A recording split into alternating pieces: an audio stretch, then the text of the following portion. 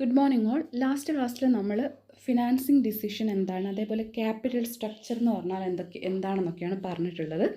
ഇനി നമുക്ക് പറയാനുള്ളത് classification of capital structure. Classification എന്ന് പറഞ്ഞാൽ ക്യാപിറ്റൽ സ്ട്രക്ചറിൻ്റെ വിവിധ ബേസിൽ നമുക്ക് ക്ലാസിഫൈ ചെയ്യാൻ പറ്റും. First classification according to the nature and type of the firm. ഒരു ഫേമിൻ്റെ നാച്ചറും ടൈപ്പും അനുസരിച്ചിട്ട് ക്യാപിറ്റൽ സ്ട്രക്ചറിനെ ഏതൊക്കെ രീതിയിൽ ക്ലാസിഫൈ ചെയ്യാൻ നോക്കാം. രണ്ടെണ്ണമാണ് പറയുന്നത്: simple capital structure and complex capital structure. അവിടെ simple capital structure it is composed of equity share capital or only with retained earnings. അതായത് ഒരു കമ്പനിയുടെ ക്യാപിറ്റൽ സ്ട്രക്ചർ എന്ന് പറയുന്നത്, ഫിനാൻസ് എന്ന് പറയുന്നത് ഈക്വിറ്റി ഷെയർ ക്യാപിറ്റൽ മാത്രം, അല്ലെങ്കിൽ അവരുടെ റീറ്റെയിൻ ഏർണിങ്സ് റിസർവ്സ് ഒക്കെ ഉണ്ടാവില്ലേ, അത് മാത്രമാണ് യൂസ് ചെയ്യുന്നതെങ്കിൽ അതിനെ പറയുന്ന പേരാണ് simple capital structure. Next second ടൈപ്പാണ് complex capital structure. It comprises of more than one source. അതായത് ഇക്വിറ്റി ഷെയർ ക്യാപിറ്റൽ മാത്രമല്ല, പ്രിഫറൻസ് ഷെയർ ക്യാപിറ്റൽ ഉണ്ടാവും, ഡിബഞ്ചേഴ്സ് ഉണ്ടാവും, അങ്ങനെ ഒന്നിൽ കൂടുതൽ സോഴ്സിനെ ഡിപ്പെൻഡ് ചെയ്യുന്നുണ്ടെങ്കിൽ അതിന് പറയുന്ന പേരാണ് കോംപ്ലക്സ് ക്യാപിറ്റൽ സ്ട്രക്ചർ. അപ്പം according to the nature and type of the firm രണ്ടായിട്ടാണ് ക്യാപിറ്റൽ സ്ട്രക്ചറിനെ ക്ലാസിഫൈ ചെയ്തിട്ടുള്ളത്: simple capital structure and complex capital structure. ഇനി രണ്ടാമത്തെ categorisation classification according to the ownership. ഓണർഷിപ്പിൻ്റെ ബേസിൽ ക്യാപിറ്റൽ സ്ട്രക്ചറിനെ ഓണർഷിപ്പ് ക്യാപിറ്റൽ സ്ട്രക്ചറിനും ബോറോഡ് ക്യാപിറ്റൽ സ്ട്രക്ചറിനുമാണ് ഡിവൈഡ് ചെയ്തിരിക്കുന്നത്.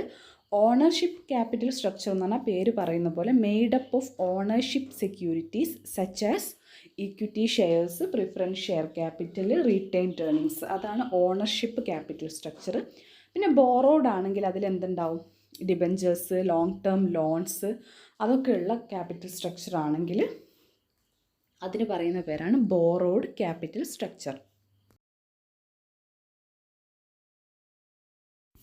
തേർഡ് ക്ലാസിഫിക്കേഷനാണ് according to source of capital. Internal capital സ്ട്രക്ചറുണ്ട്, എക്സ്റ്റേണൽ ക്യാപിറ്റൽ സ്ട്രക്ചറുണ്ട്. ഇൻറ്റേർണൽ എന്ന് പറഞ്ഞാൽ ഓൺഡ് ഫണ്ട് മാത്രം, equity share capital, retained earnings, preference share capital, അതൊക്കെ. എക്സ്റ്റേണൽ എന്ന് പറയുമ്പം composed of external sources such as നമ്മൾ പുറത്തുള്ള ആളുകൾ, ഷെയർ ഹോൾഡേഴ്സ് എന്നൊക്കെ പറയുന്നത് ഓണേഴ്സ് തന്നെയല്ലേ. എക്സ്റ്റേണൽ എന്ന് പറയുമ്പോൾ പുറത്തുള്ള, അതായത് ഔട്ട്സൈഡേഴ്സ്, ക്രെഡിറ്റേഴ്സ് ആയിട്ട് വരുന്ന ഡിബഞ്ചേഴ്സ്, ലോങ് ടേം ലോൺസ്, ഇതൊക്കെ വരുന്ന ക്യാപിറ്റൽ സ്ട്രക്ചർ ആണെങ്കിൽ അതിന് പറയുന്നതാണ് എക്സ്റ്റേണൽ ക്യാപിറ്റൽ സ്ട്രക്ചർ. നാലാമത്തത് ക്ലാസിഫിക്കേഷൻ അക്കോർഡിംഗ് ടു കോസ്റ്റ്. അതിൽ ഫിക്സഡ് കോസ്റ്റ് ക്യാപിറ്റൽ സ്ട്രക്ചറും വേരിയബിൾ കോസ്റ്റ് ക്യാപിറ്റൽ സ്ട്രക്ചറും. ഫിക്സഡ് കോസ്റ്റ് എന്ന് പറഞ്ഞാൽ made up of fixed cost securities such as preference shares, debentures, long term loans, അങ്ങനെയൊക്കെ. കാരണം പ്രിഫറൻസ് ഷെയറിന് എത്ര ഡിവിഡൻഡ് കൊടുക്കണം എന്നുള്ളത് ഫിക്സഡ് ആയിരിക്കും, ഡിബഞ്ചേഴ്സിൻ്റെ ഇൻട്രസ്റ്റ് ഫിക്സഡ് ആയിരിക്കും, അതേപോലെ ലോണിൻ്റെതും ഇൻട്രസ്റ്റ് ഫിക്സഡ് ആയിരിക്കും. അപ്പോൾ അതിന് വരുന്ന എക്സ്പെൻസസ് എപ്പോഴും ഫിക്സഡ് ആയിരിക്കും. അതുകൊണ്ടിട്ടാണ് ഫിക്സഡ് കോസ്റ്റ് ക്യാപിറ്റൽ എന്ന് പറയുന്നത്. ഇനി വാരിയബിൾ കോസ്റ്റ് ക്യാപിറ്റൽ സ്ട്രക്ചർ ആണെങ്കിൽ made up of variable cost securities such as equity shares, current liabilities etcetera. അപ്പം ഈക്വിറ്റി ഷെയർസ് എന്ന് പറഞ്ഞാൽ അവർക്ക് കൊടുക്കുന്ന ഡിവിഡൻഡ് അവരുടെ പ്രോഫിറ്റിനെ ഡിപ്പെൻഡ് ചെയ്തുകൊണ്ടാണ്, അതൊരിക്കലും ഫിക്സഡ് അല്ല. അതുകൊണ്ടാണ് വാരിയബിൾ കോസ്റ്റ് എന്ന് പറയുന്നത്. നമ്മൾ ഇത്രയും പറഞ്ഞതാണ് മെയിനായിട്ട് വരുന്ന ക്ലാസിഫിക്കേഷൻ. അതുകൂടാതെ capital structure can also be classified in certain ways. അതായത് horizontal capital structure, vertical capital structure, pyramid shaped capital structure and inverted pyramid capital structure. ഈ ഒരു രീതിയിലും ക്യാപിറ്റൽ സ്ട്രക്ചറിനെ ക്ലാസിഫൈ ചെയ്യാം. എന്തൊക്കെയാണെന്ന് നോക്കാം. First one, horizontal capital structure. അത് zero debt components in the capital structure. ഒരു കമ്പനിയുടെ ക്യാപിറ്റൽ സ്ട്രക്ചറിൽ സീറോ ഡെറ്റ് തീരെയില്ല, ഫുള്ളായിട്ട് ഓൺഡ് ക്യാപിറ്റലാണ്. അതായത് ഡിബഞ്ചർ, ലോങ് ടേം ലോൺസ്, അങ്ങനത്തെ ഡെറ്റ് തീരെയില്ല, അത് കടം തീരെ ഇല്ലാത്തൊരു ക്യാപിറ്റൽ സ്ട്രക്ചർ ആണെങ്കിൽ അതിന് പറയുന്ന പേരാണ് ഹൊറിസോണ്ടൽ ക്യാപിറ്റൽ സ്ട്രക്ചർ. ഇനി vertical capital structure. Vertical capital structure എന്ന് പറഞ്ഞാൽ അതിൽ ക്യാപിറ്റൽ സ്ട്രക്ചറിൻ്റെ മെജോറിറ്റിയിൽ വരുന്നത് പ്രിഫറൻസ് ഷെയർ ക്യാപിറ്റലും ഡെറ്റും ആയിരിക്കും. ചെറിയൊരു പോർഷൻ മാത്രമായിരിക്കും എന്തുണ്ടാവുള്ളൂ, ഈക്വിറ്റി ക്യാപിറ്റൽ ഉണ്ടാവുള്ളൂ. ആ ഒരു സ്ട്രക്ചറിനെയാണ് വേർട്ടിക്കൽ ക്യാപിറ്റൽ സ്ട്രക്ചർ എന്ന് പറയുക. തേർഡാണ് pyramid shaped capital structure. Pyramid ഷേപ്പിൽ അതിൽ large proportion majority equity share ക്യാപിറ്റലും റീറ്റെയിൻഡ് ഏർണിങ്സും വരും. പിന്നെ ഡെറ്റിൻ്റെ പ്രപ്പോർഷൻ ലോ ആയിരിക്കും, എന്നാലും ഡെറ്റ് ക്യാപിറ്റൽ ഉണ്ടായിരിക്കും. ആ ഒരു സ്ട്രക്ചറാണ് പിരമിഡ് ഷേപ്പ്ഡ് ക്യാപിറ്റൽ സ്ട്രക്ചർ. അതായത് ഒരു പിരമിഡിൻ്റെ താഴത്തെ ഭാഗമൊക്കെ എന്തായിരിക്കും ഇവിടെ ഈക്വിറ്റി ഷെയർ ക്യാപിറ്റലായിരിക്കും, മുകളിലേക്ക് വരുന്ന ഭാഗം മാത്രമായിരിക്കും ഡെറ്റ്. ഇനി fourth one, inverted pyramid capital structure. This is the opposite of pyramid capital structure. This type capital structure has small proportion of equity share capital, reasonable level of but an ever increasing component of debt. Many large organizations go for this type of capital structure. The addition in the capital structure is almost entirely in the form of debt. Inverted pyramid എന്ന് പറഞ്ഞാൽ pyramid ഷേപ്പിൻ്റെ opposite, അതായത് ആ പിരമിഡിൻ്റെ ഒരു base എന്ന് പറയുന്നത് debt ആയിരിക്കും, ചെറിയൊരു portion മാത്രമായിരിക്കും ഈക്വിറ്റിയിൽ വരിക. അപ്പോൾ ഇവിടെ ഹൊറിസോണ്ടലും വെർട്ടിക്കലും പറഞ്ഞതിൽ വെർട്ടിക്കലിൽ എന്തുണ്ടാവും, ബേസായിട്ട് പ്രിഫറൻസ് ഷെയറും ഒരുപാടുണ്ടാവും. പക്ഷേ ഇവിടെ ഇൻവേർട്ടഡ് പിരമിഡ് ക്യാപിറ്റൽ സ്ട്രക്ചറിൽ പ്രിഫറൻസ് ഷെയർ അല്ല കൂടുതലുണ്ടാവുക, എന്താ ഡെറ്റ് തന്നെയാണ് കൂടുതലുണ്ടാവുക. ആ ഒരു സ്ട്രക്ചറാണ്.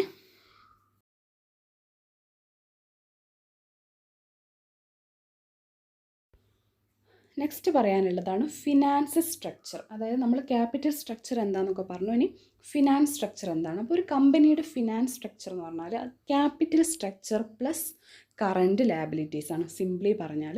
അതായത് നമ്മൾ ക്യാപിറ്റൽ സ്ട്രക്ചർ എന്ന് പറയുമ്പോൾ അതിലെപ്പോഴും ലോങ് ടേം ആയിട്ടുള്ള കാര്യങ്ങൾ മാത്രമേ കൺസിഡർ ചെയ്യൂ. Preference share, equity share, debentures, long term loans, അതൊക്കെ വരുള്ളൂ. ഫിനാൻസ് സ്ട്രക്ചർ എന്ന് പറയുമ്പോൾ ഇതിൻ്റെ ഒക്കെ കൂടെ എന്തും കൂടെ വരും, കറൻറ്റ് ലയബിലിറ്റീസും കൂടെ വരും. അതായത് നമ്മൾക്കിപ്പം ബിൽസ് റിസീവബിൾ, ബിൽസ് പേയബിൾ, അങ്ങനത്തെ കറൻറ്റ് ലയബിലിറ്റീസിൻ്റെ ബാങ്ക് ഓവർ ഡ്രാഫ്റ്റ്, അതൊക്കെ ഒരു കറൻറ്റ് ലയബിലിറ്റിയാണ്. പക്ഷേ അതും നമുക്ക് എന്ത് തന്നെയാണ്, സോഴ്സ് ഓഫ് ഫിനാൻസ് തന്നെയാണ്, നമുക്ക് പൈസ കിട്ടാനുള്ള, ഫണ്ട് കിട്ടാനുള്ള സോഴ്സ് തന്നെയാണ്. അപ്പോൾ അതും കൂടെ ഉൾപ്പെടുത്തിയിട്ടുള്ളതിനെയാണ് ഫിനാൻസ് സ്ട്രക്ചർ എന്ന് പറയുന്നത്. It measures the extent to which total funds are available to finance the total assets of the business. അതായത് ലോങ് ടേം ഷോർട്ട് ടേം എന്നുള്ളത് കൺസിഡർ ചെയ്യാതെ ഫേമിന് അവൈലബിൾ ആയിട്ടുള്ള ഫണ്ടാണോ എന്ന് മാത്രം നോക്കി അതിനെ പറയുന്ന പേരാണ് ഫിനാൻസ് സ്ട്രക്ചർ. ഇനി നമുക്ക് ഈ ക്യാപിറ്റൽ സ്ട്രക്ചറും ഫിനാൻസ് സ്ട്രക്ചറും തമ്മിലുള്ള ഡിഫറൻസ് എന്തൊക്കെയാണെന്ന് നോക്കാം. ഫസ്റ്റ് വൺ, ക്യാപിറ്റൽ സ്ട്രക്ചറിൽ it refers to the mix of sources from which the long-term funds are procured. Capital സ്ട്രക്ചറിൽ നമ്മൾ പറയുന്നത് ഏതൊക്കെ സോഴ്സിൽ നിന്നാണ് ലോങ് ടേം ഫണ്ട്സ് പ്രൊക്വയർ ചെയ്തിട്ടുള്ളത് എന്നുള്ളതാണ്. ഫിനാൻസ് സ്ട്രക്ചറിൽ it refers to the way in which firms assets are financed. Long term short term എന്ന് പറയാതെ ഏതൊക്കെ രീതിയിലാണ് ഫേമിൻ്റെ അസറ്റ്സ് ഫിനാൻസ് ചെയ്തിരിക്കുന്നത് എന്നുള്ളത് മാത്രമേ ഫിനാൻസ് സ്ട്രക്ചറിൽ കൺസിഡർ ചെയ്യുന്നുള്ളൂ. Second, capital structure components include debt, equity, shares, preference shares, retained earnings. ഈ പറഞ്ഞ കാര്യങ്ങളൊക്കെയാണ് ക്യാപിറ്റൽ സ്ട്രക്ചറിൽ വരുന്നത്. ഇനി ഫിനാൻസ് സ്ട്രക്ചറിൽ നോക്കുകയാണെങ്കിൽ it includes equity shares, preference shares, retained earnings, long term debt and short term debt or current liabilities. നമ്മൾ നേരത്തെ സിമ്പിളായിട്ട് പറഞ്ഞ പോലെ ക്യാപിറ്റൽ സ്ട്രക്ചറിൽ വരുന്ന എല്ലാ കാര്യങ്ങളും പ്ലസ് കറൻറ്റ് ലയബിലിറ്റീസ് ആണ് എന്ത്, ഫിനാൻസ് സ്ട്രക്ചർ എന്ന് പറയുന്നത്. Capital structure represents types of funding and it's proportion. ഏത് ടൈപ്പ് ഫണ്ടിങ് ആണ്, അതിൻ്റെ പ്രപ്പോർഷൻ എത്രയാണ്, അല്ലേ. ക്യാപിറ്റൽ സ്ട്രക്ചർ എന്ന് പറയുമ്പോൾ ഈക്വിറ്റി ഷെയർ അതിൻ്റെ ടൈപ്പ് എന്താണ്, ഡെറ്റാണോ ഓൺഡാണോ എന്നുള്ളതും പറയും. എന്നിട്ട് എന്താണ് അതിൻ്റെ പ്രപ്പോർഷൻ, അതായത് ടോട്ടൽ 10 വരുന്നുണ്ടെങ്കിൽ അതിൽ ഈക്വിറ്റി ഷെയർ എത്ര വരുന്നുണ്ട് എന്നുള്ളതും പറയും. ഫിനാൻസ് സ്ട്രക്ചർ ആണെങ്കിൽ it represents financial obligation a company owes to outsiders.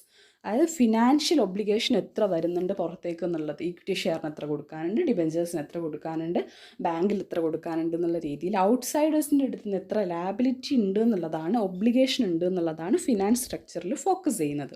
Next, capital structure is equal to finance structure minus current liabilities. Finance സ്ട്രക്ചറിൽ നിന്ന് കറൻറ്റ് ലാബിലിറ്റീസ് കുറച്ചാൽ നമുക്ക് എന്ത് കിട്ടും, ക്യാപിറ്റൽ സ്ട്രക്ചർ കിട്ടും. Finance structure is equal to total liabilities or capital structure plus current liabilities.